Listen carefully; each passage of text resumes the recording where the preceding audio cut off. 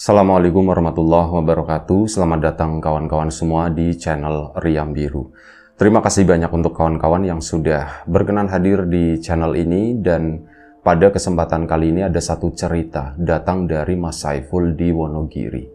Mas Saiful itu menceritakan tentang satu peristiwa horor yang pernah dialaminya sekitar tahun 2014. Jadi pada saat itu tahun 2014 tersebut merupakan momen-momen atau titik di mana Mas Saiful itu mengalami titik terendah dalam kehidupannya.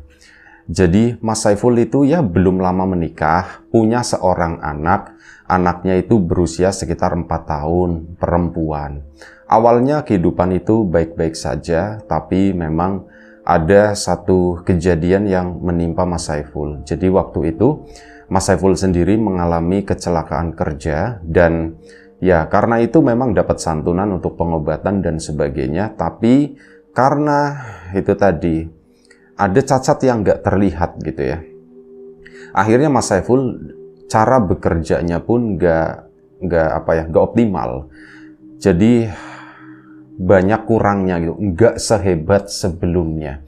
Akhirnya ya sudah, karena seperti itu dilihat sama tempatnya, sama perusahaan tempatnya bekerja pun performa menurun dan sebagainya. Akhirnya Mas Saiful pun diberhentikan. Ya dapat pesangon memang betul, cuman kan bagaimana gitu ya, kebutuhan terus berjalan, masih bisa hidup untuk sementara waktu dari pesangon, cuman kedepannya bagaimana gitu kan. Dan ya itu menjadi hari-hari yang berat.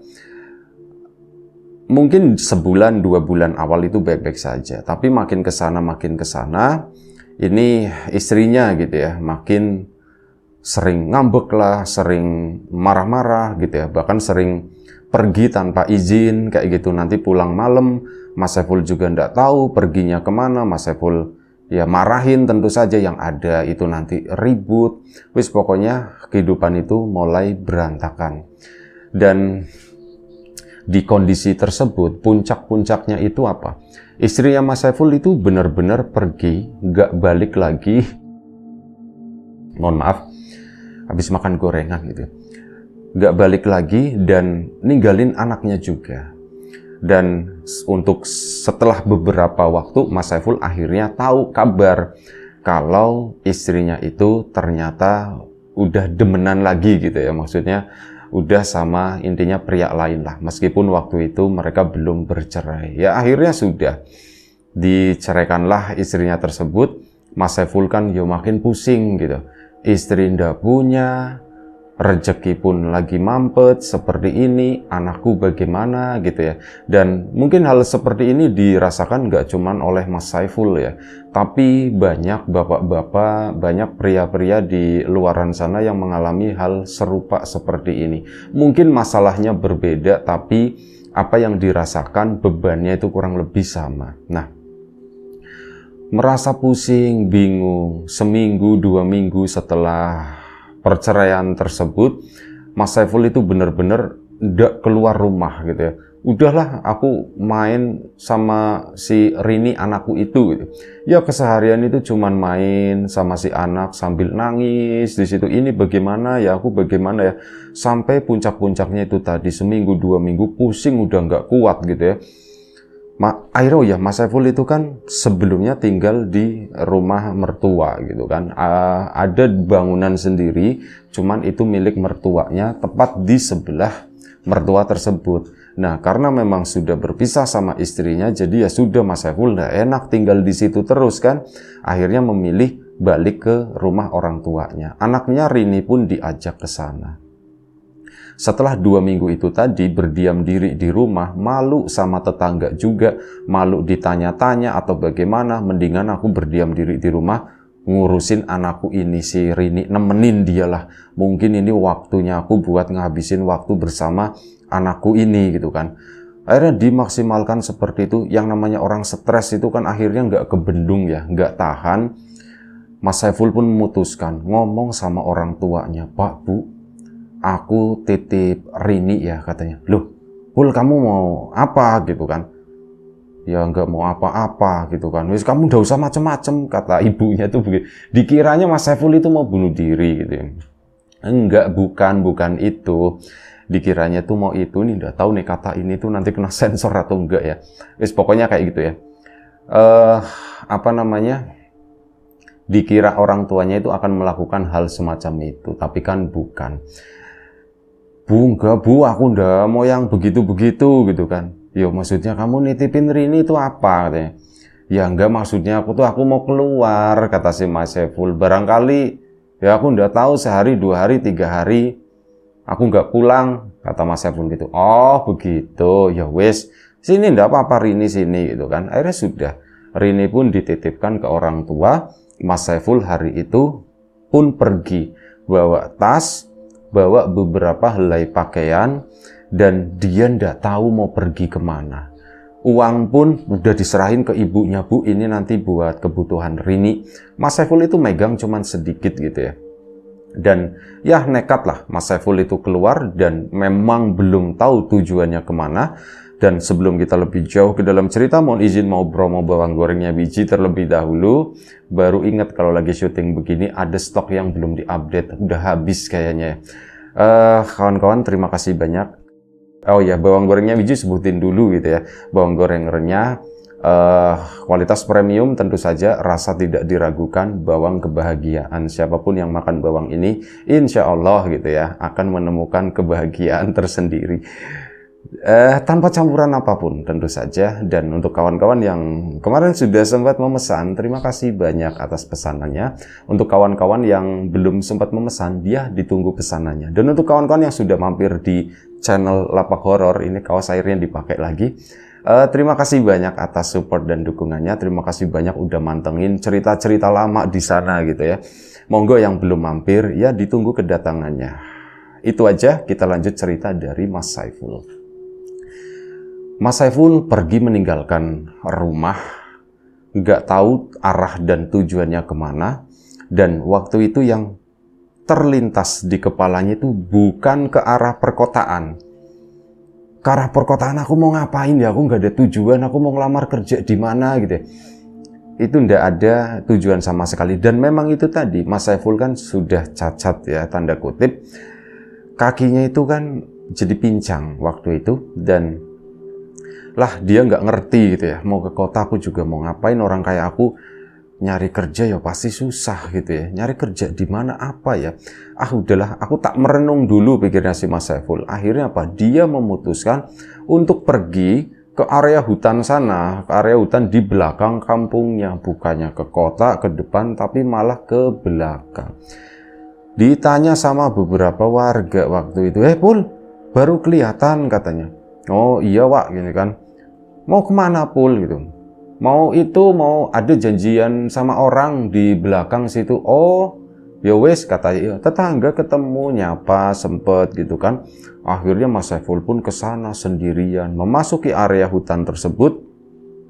Mas Saiful sendiri tuh nggak menyadarinya. Pikiran itu banyak banget yang dipikirin, sampai dia sendiri nggak memperhatikan langkahnya sendiri gitu ya.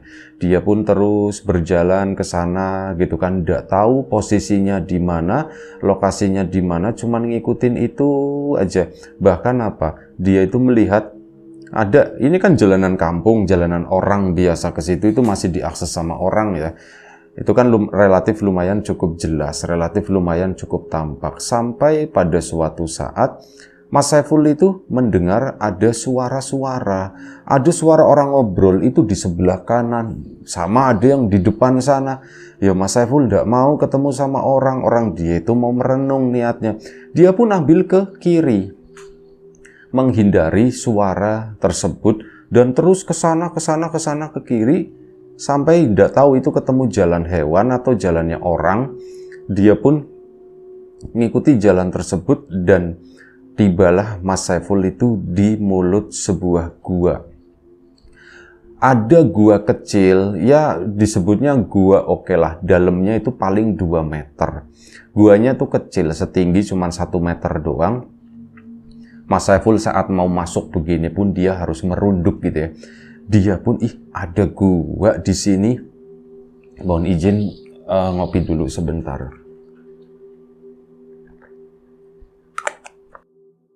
ada cuilan gorengan yang nyangkut di sini, jadi agak sedikit gatel.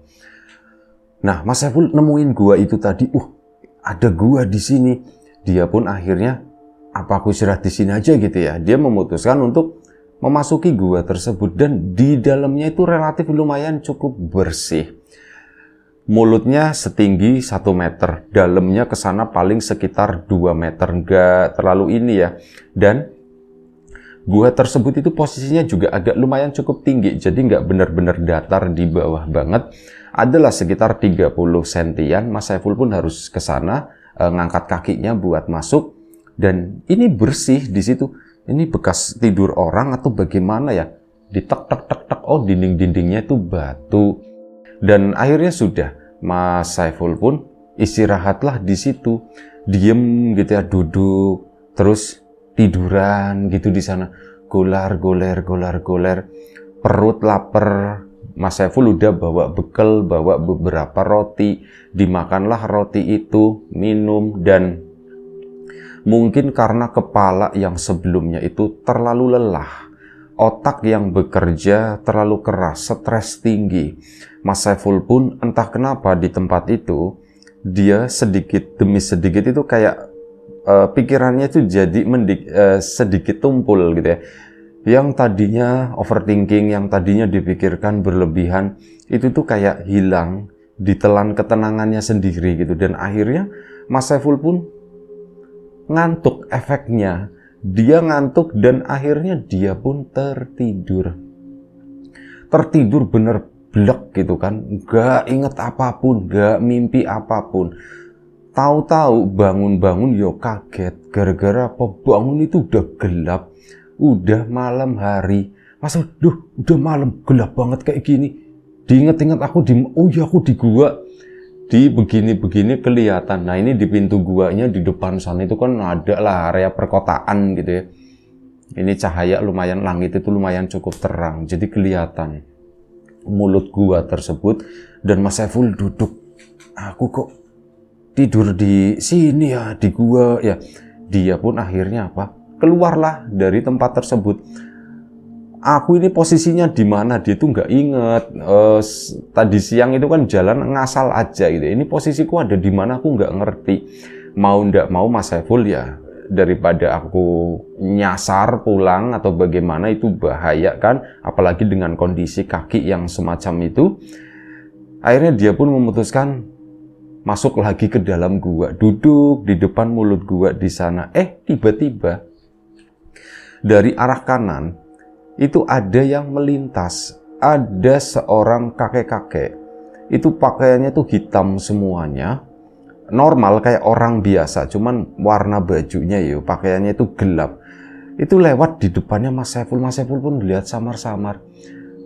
Mau nyapa ya lah, udahlah, mungkin dia juga nggak ngelihat aku ngumpet di gua ini, pikirnya Mas Saiful. Si kakek-kakek itu tua, badannya kurus gitu, nebaknya itu dari postur, itu mungkin seorang kakek-kakek lewat ke sana. Terus apa? Nggak lama balik lagi ke atas, itu bolak-balik terus di situ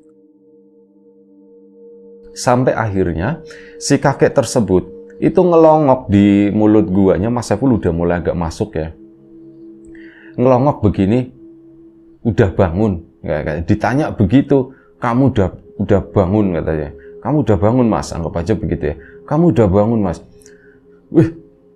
Udah Pak, kata si Mas Saiful. Udah Pak, saya udah bangun Pak. Nun sewu, ini guanya sampean ya Pak ya?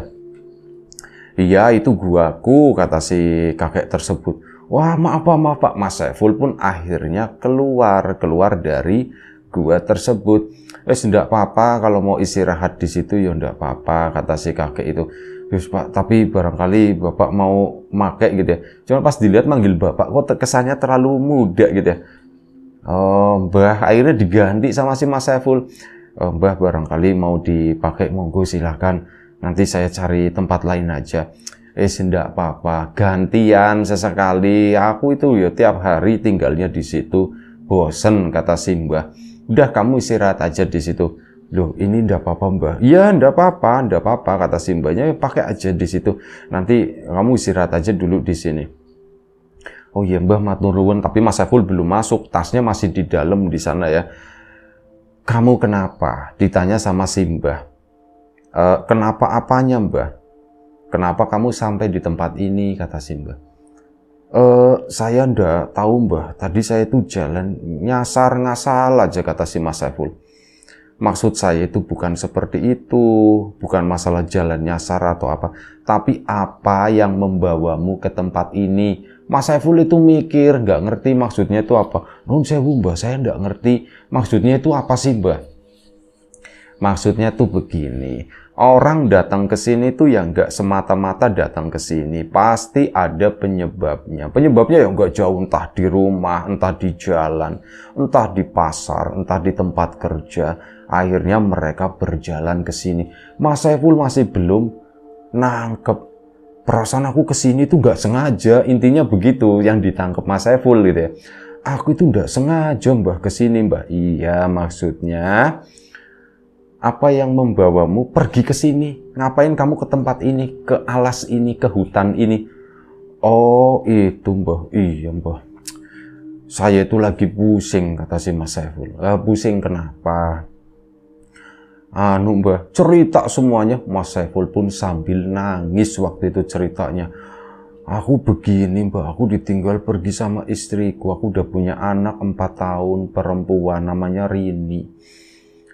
Aduh gimana ya Mbah ya, aku ini kakiku ini loh Mbah, buat kerja itu udah susah begini. Nggak usah seperti itu, kata si mbahnya. Nggak usah, kamu itu masih hidup. Nama orang hidup itu harus tetap bergerak, harus tetap semangat, jangan mandek, kata si mbah. Kalau mandek itu bahaya, jadi busuk, kata si itu. Oh gitu ya Mbah ya, padahal Mas Saiful belum menangkap sepenuhnya maksudnya itu apa. Iya, kamu jangan berhenti, kata si Mbah. Sini. Iya Mbah, waktu itu kan di luar kan Mas Saiful sama si Mbah itu berdiri di jalanan kecil situ. Di depannya itu ada ya dibilang jurang, lereng begitu ya. Nanti ke sana itu ada ya pemandangan kota intinya lah. Mas Saiful diajak masuk ke dalam gua. Nah begitu masuk gua itu aneh. Gua itu berubah bukan gua lagi, melainkan sebuah rumah. Tapi rumahnya itu ya rumah gubuk, rumah dari kayu lebih tepatnya, bukan rumah dari anyaman bambu begitu, enggak, melainkan dari kayu. Loh, kok jadi rumah Mbah gitu ya? Yo, ini rumahnya si Mbah gitu. Sudah, kamu ndak usah banyak nanya, kata si Mbah. Udah duduk sini, ada tempat duduk di situ, ada meja. Ada lampu yang belum dinyalakan sama si Mbah. Akhirnya nyalain sama si Mbah. Nyalainnya tuh nggak tahu, itu kayak cuma diting gitu doang. Bagian kacanya gitu ya. Ting. Celep, keluar apinya. Mas Saiful pun bingung. Ini si Mbah ini orang sakti, berarti pertapa ini mikirnya. Mas Saiful kan masih mikir, oh gua itu biasa dipakai tetapa nih sama si Mbah itu. Oh pertapa nih, sakti nih, pikirnya Mas Saiful. Akhirnya udah, Mas Saiful pun tidak berani yang selengean atau bagaimana ngadepin orang sakti waktu itu pikirnya. Iya Mbah, kok bisa nyala gitu ya Mbah? Yos, kamu ndak usah banyak nanya yang kamu lihat di sini, kata si Mbah. Iya Mbah, aku ndak nanya Mbah, nuwun sewu Mbah. Jadi bagaimana gitu ya? Ya tujuan kamu kesini itu apa? Ditanya sama si Mbah itu lagi. Tujuan saya ke sini tuh, yo saya nggak nyari apa-apa Mbak. Saya tuh cuman bingung. Saya kalau misal ke kota, mental saya belum siap Mbah. Ketemu orang-orang, ketemu teman-teman saya, ngejelasin apa yang terjadi. Pul, kamu nggak pernah kelihatan kemana aja. Itu, aduh, kalau saya ngejelasin itu kayak membuka luka Mbah. Tapi di satu sisi saya butuh ya pekerjaan Mbah. Ya pusing, akhirnya udahlah saya kesini. Saya tuh mau cari inspirasi, saya mau cari ide sambil nenangin diri, kata si Mas Saiful. Nanti ya jatuh-jatuh 2 hari, 3 hari saya udah bosen. Oh nanti saya keluar lagi Mbah ke sini, baru ke sana ke kota. Nah kata si Mbahnya, kamu ndak usah terlalu berlama-lama di sini. Berpikirlah sambil berjalan. Ya sesekali kamu diam, tapi jangan terlalu lama diam. Itu tadi, orang yang diam itu akan membusuk, kata si Mbah. iya ya Mbah ya, terus gimana ini aku Mbah? Ya wes, mana kakimu, kata si Mbah itu. Oh, kakiku Mbah, ini Mbah di bawah Mbah. Maksudnya yang sakit itu mana? Coba lihat, kata si Mbah. Lu Mas Saiful, Mbah mau diapain Mbah? Jangan dipotong Mbah, kata si Mas Saiful ya sambil bercanda waktu itu ya. Yo enggak lah, kata si Mbahnya, coba mana lihat coba. Cuman waktu itu Mas Saiful ya kan karena di depan orang tua, masa mau lihat kakinya diangkat gitu kan ya udah enak. Ini Mbah, kaki saya ini, angkat kakinya ke meja, kata si Mbah itu. Ya Mbah, ndak sopan Mbah, nanti Mbah, kata. Wes ndak popo, kan si Mbah yang minta. Angkat, kata si Mbahnya begitu. Akhirnya nun sewu ya Mbah ya, diangkatlah kaki itu di samping lampu minyak yang ada di sana. Sret, ada bekas jahitan kayak kelambang panjang intinya gitu, banyak gitu kan. Oh ini, ndak popo, kata si Mbahnya. Sini sebentar. Si Mbah itu jalan ke pojokan sana, ngebelakangin Mas Saiful, balik lagi. Gak tahu dia itu pakai apa. Tangannya itu udah basah kayak ada minyaknya semacam itulah. Terus apa? Tahan ya, kata si Mbahnya. Loh Mbah mau diapain Mbah? Ini kan udah sembuh Mbah, nanti repot Mbah, nanti salah Mbah. Kamu tenang aja, kata si Mbah. Dipegang nyet. Pertama itu sakit banget. Celeng, kata si Mas Saiful itu benar-benar sakit. Mas Saiful itu mau pingsan sampai dia itu teriak. Si Mbahnya itu cuma nyengir. Keduanya seret, gak merasakan sakit apapun. Loh, kok ndak sakit ya, kata Mas Saiful. Dipijit-pijit sama si Mbah itu gitu kan, dikeretak gitu, kayak ada yang dibener-benerin lah, pikirnya Mas Saiful ya. Cuman ya itu tadi, hal itu berlangsung lumayan cukup lama, sekitar 5-10 menit. Si kakinya Mas Saiful itu dipijitin sama si Mbah. Mas Saiful ngerasa enak banget ini pijitannya ya, kayak kakiku tuh normal gitu. Sebelumnya dipijit itu masih sakit, kata Mas Saiful. Ini tuh udah enggak, apakah kakiku udah patah ya? Akhirnya sarafnya enggak ini, tapi masih kerasa, kata si Mas Saiful. Bingung sendiri, akhirnya selesailah. Dah, enggak apa-apa, coba kamu jalan. Mas Saiful pun nyoba jalan waktu itu. Udah enggak pincang lagi loh Mbah, tingginya udah sama Mbah, katanya. Ya sama, udah dibenerin, kata si Mbahnya. Nah, dengan kaki baru ini kamu siap melangkah, kata si itu ya. Jangan mandek, jalan terus, jalan, kata si Mbah. Iya Mbah, cuman ini gimana Mbah gitu. Mas Saiful tuh mikir, barangkali minta bayaran atau bagaimana. Saya tuh ndak punya uang. Si Mbahnya itu ketawa gitu ya. Sudah. Keluar, kata si Mbah. Loh Mbah, keluarnya kemana Mbah? Saya ndak tahu. Itu apa pintu, kata si Mbahnya. Apa Mas Saiful pun keluar dari pintu tersebut. Mbah, ini Mbah pintunya Mbah.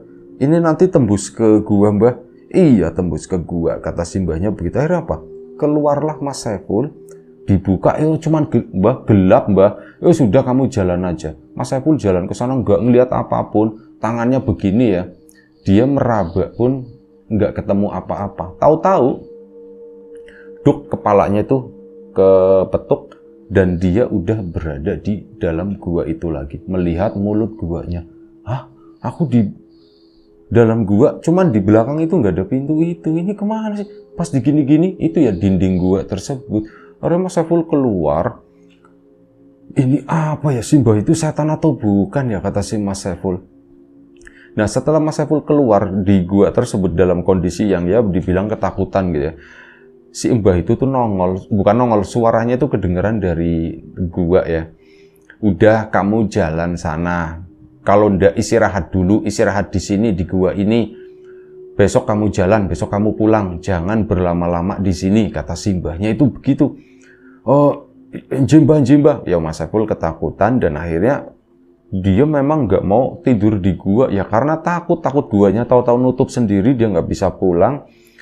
Dia pun nunggu di sana, entah jam berapa, mungkin makin dingin ya. Dia pun menyerah, masuklah ke dalam gua tersebut. Dan begitu masuk, ngantuk pun datang lagi. Mas Saiful tidur, bangun-bangun itu pagi. Pagi kedengeran ada suara azan dari kampung bawah di situ. udah subuh. Mas Saiful pun bangun langsung bergegas, dia pun turun dari itu tadi, udah ganti pakaian ya, belum. Dia turun dulu, begitu udah deket kampung, nah tahu aja jalannya tuh ke sana. Pokoknya turun ya pasti ke kampung, pikirnya Mas Saiful. Dan udah deket kampung, Mas Saiful ganti baju. Setelah ganti baju, dia menuju ke sana, menghindari rumahnya, pokoknya jalan muter lah, menuju ke kota. Aku mau kerja, kata si Mas Saiful. Akhirnya apa? Iseng-iseng aja dia tawarin, Mas, ada lowongan gak Mas? Entah kenapa ya, rasa malu itu hilang, semangat itu muncul.